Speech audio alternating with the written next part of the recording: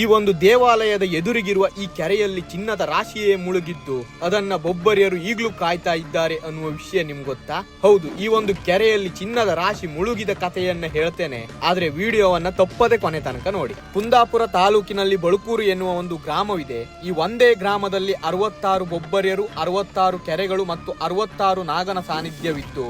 ಈ 66 ಬೊಬ್ಬರಿಯರಲ್ಲೇ ಮುಖ್ಯವಾದ ಮತ್ತು ಅತ್ಯಂತ ಶಕ್ತಿಶಾಲಿಯಾದ ಬೊಬ್ಬರಿಯರೇ ವರಾಹಿ ನದಿ ತಟದಲ್ಲಿ ನೆಲೆಸಿರುವ ಮೂರಾನೆ ಮರ ಬೊಬ್ಬರಿಯ. ಇಲ್ಲಿ ನೆಲೆಸಿರುವ ಬೊಬ್ಬರಿಯರಿಗೆ ಮೂರಾನೆ ಮರ ಬೊಬ್ಬರಿಯ ಎಂದು ಕರೆಯಲು ಒಂದು ಕಾರಣವಿದೆ. ಒಂದು ಕಾಲದಲ್ಲಿ ಈ ಒಂದು ಕೆರೆಯಲ್ಲಿ ಚಿನ್ನ ತುಂಬಿದ್ದ ದೊಡ್ಡ ಕೊಪ್ಪರಿಗೆ ಒಂದಿತ್ತು. ಅದರ ಮೇಲ್ಭಾಗ ಎಲ್ಲರಿಗೂ ಕಾಣಿಸ್ತಾ ಇತ್ತು. ಆದ್ರೆ ಬೊಬ್ಬರಿಯ ದೇವರ ಕೆರೆಯಲ್ಲಿದ್ದ ಕಾರಣ ಯಾರು ಕೂಡ ಇದನ್ನ ಮೇಲೆತ್ತೋ ಪ್ರಯತ್ನ ಮಾಡ್ತಾನೆ ಇರಲಿಲ್ಲ. ಆದ್ರೆ ಒಮ್ಮೆ ಇದರಲ್ಲಿದ್ದ ಚಿನ್ನದ ಆಸೆಗಾಗಿ ಅಧಿಕಾರಿಗಳಿಂದ 3 ದೊಡ್ಡ ಆನೆಗಳನ್ನ ತರಿಸಿ ಮೇಲೆತ್ತೋ ಪ್ರಯತ್ನ ನಡೆದಿತ್ತು.